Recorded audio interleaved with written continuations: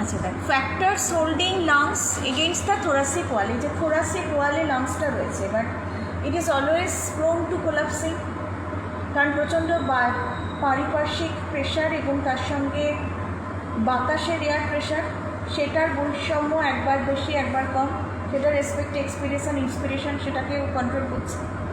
তাহলে এর রেসপেক্টে ওর যে স্ট্যাটিস্টিক মানে যে স্থিতিস্থাপকতা, ওর যে স্ট্যাটিস্টিক্স সেইটাকে তো মেনটেন করতে হবে, সেটা মেনটেন করছে মেনলি ওর প্লুরাল মেমব্রেনটা এবং fluid inside the plural membrane. Surface tension holding the visceral and parietal pleura together, অর্থাৎ দুটো প্লুরাল মেমব্রেন আমি বলে দিয়েছিলাম। দুটো প্লুরাল মেমব্রেনের মেন কাজটাই হচ্ছে ওকে বাইরের হ্যাজার্ডাস প্রেশারটার থেকে মেনটেন করা। Intrapulmonary pressure is always slightly greater than intrapleural pressure, অর্থাৎ লাংসের মধ্যে যে প্রেশারটা দ্যাট উইল বি অলওয়েজ, এবং সেটা কত near about 4 millimetre of Hg বেশি তার থেকে ইন্ট্রাপ্লিউরাল প্রেশার থেকে। দুটো প্লুরাল মেমব্রেনের মাঝের যে স্পেসটা দ্যাট ইজ ইন্ট্রাপ্লিউরাল মেমব্রেন, সেখানে যে ফ্লুইডটা থাকে ইন্ট্রাপ্লিউরাল ফ্লুইড বলি আমরা, সেখানে যদি কোনো নিউকাস জমে যায় তাহলে অবস্টাকলস অফ রেসপিরেশন হয়। তো এই যে মাঝখানের যে অংশটা যেটার ভেতরে থাকতে অরিজিনাল লাংস বা অ্যালভিওলার তলিগুলো, তার ভেতরের বায়ু pressure always will be greater than intrapleural pressure. Atmospheric pressure কী করে ওকে চেঞ্জ করতে পারে? একটা হচ্ছে অ্যাটেরোস্ক্লেরোসিস। কী করতে পারছে? কোলাপসড লাংটা কোলাপসড হচ্ছে কেন?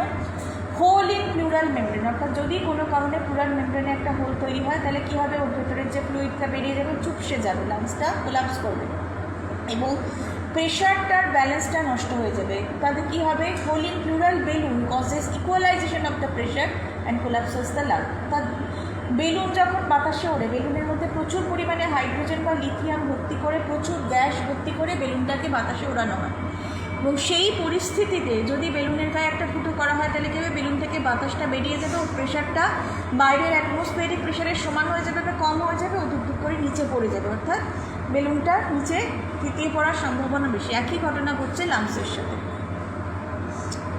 Factors facilitating lung movement away from thoracic wall, যখন আমরা ইন্সপিরেশন করছি, জোরে আমরা নিঃশ্বাস নিচ্ছি, তখন আমাদের কী হচ্ছে? ডায়াফ্রাম কনস্ট্রাকশন হচ্ছে, অ্যাবডোমিনাল মাসেলস কনস্ট্রাকশন হচ্ছে, থোরাসিক ক্যাভিটি ইনক্রিজ করছে, তার জন্য প্রেশারটা ডিক্রিজ করছে, ভলিউম ইনক্রিজ করছে, প্রেশার ডিক্রিজ করছে, বাইরের থেকে প্রেশার আমাদের ভেতরে ঢুকছে, বাইরের থেকে বাতাস অক্সিজেন আমাদের ভেতরে ঢুকছে, because of the decreased partial oxygen pressure into the lung. Elasticity of the lungs allows them to assume smallest shape for given pressure condition. তার মানে এই যে আমি ডায়াফ্রামটা কন্ট্রাক্ট করছি, তাতে কি হচ্ছে? আমার থোরাসিক ক্যাভিটি হচ্ছে, কিন্তু তাতে লাংসটা একবার বাড়ছে একবার কমছে, তার মানে তার ইলাস্টিক প্রপার্টিটা মেনটেন হচ্ছে। লাংসের মেমব্রেনের কাজটি হচ্ছে ওর ইলাস্টিসিটিটাকে মেনটেন করা, একবার বাড়বে একবার কমবে। তাহলে ও যদি একটা রিজিড পার্টিকেল হতো তো একদম ব্রেক করে যেত না, সেইটার জন্য ব্রেক করছে না ফর ইটস ইলাস্টিক প্রপার্টি, এবং that is given by its pleural membrane.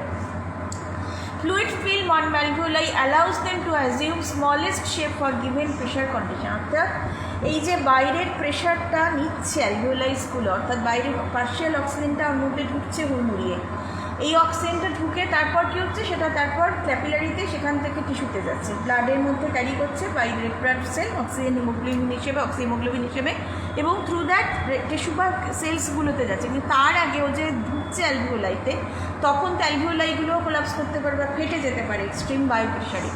সেটা যেহেতু হচ্ছে না, সেটা কেন হচ্ছে? এই যে অ্যালভিওলাইগুলোর মধ্যে যে ফ্লুইড ফিল্ম রয়েছে, মিউকাস লিডেন ফিল্ম বা ফ্লুইড ফিল্ম রয়েছে, দ্যাট ইজ অ্যাকচুয়ালি কী করছে? শেপস অফ দ্য অ্যালভিওলাই এমন রাখতে যাচ্ছে যাতে প্রত্যেকটা অ্যালভিওলাইতে একটা minimum amount of pressure current carry করতে পারে এবং একটা নির্দিষ্ট শেপে লাংসটা থাকতে পারে। So this smallest shape in the lung is actually responsible for maintaining its air pressure balance. Going to next slide.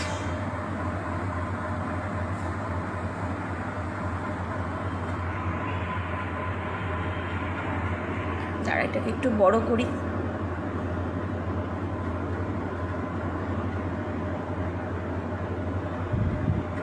Full screen করি, তাহলে তোদের একটু সুবিধা হবে। দিস ইজ দ্য ভেরি দেখবি টপিকে এটা খুব এমফাসিস দিয়ে লেখা রয়েছে, pulmonary volumes, capacities and functional টেস্টেস। দেখতে পাচ্ছিস প্রত্যেকে? প্রথম হচ্ছে রেসপিরেটরি ভলিউম। কী ভলিউম আমাদের করতে হবে? ফার্স্ট হচ্ছে টাইডাল ভলিউম, আমরা সরল নিঃশ্বাস প্রশ্বাসে যে বাতাসটা আদান প্রদান করি, দ্যাট ইজ কি 500 ml, আমরা সেটা সবাই জানি। নর্মাল শ্বাস প্রশ্বাসে যে বাতাসটা আমাদের বাইরে থেকে আদান প্রদান হয়।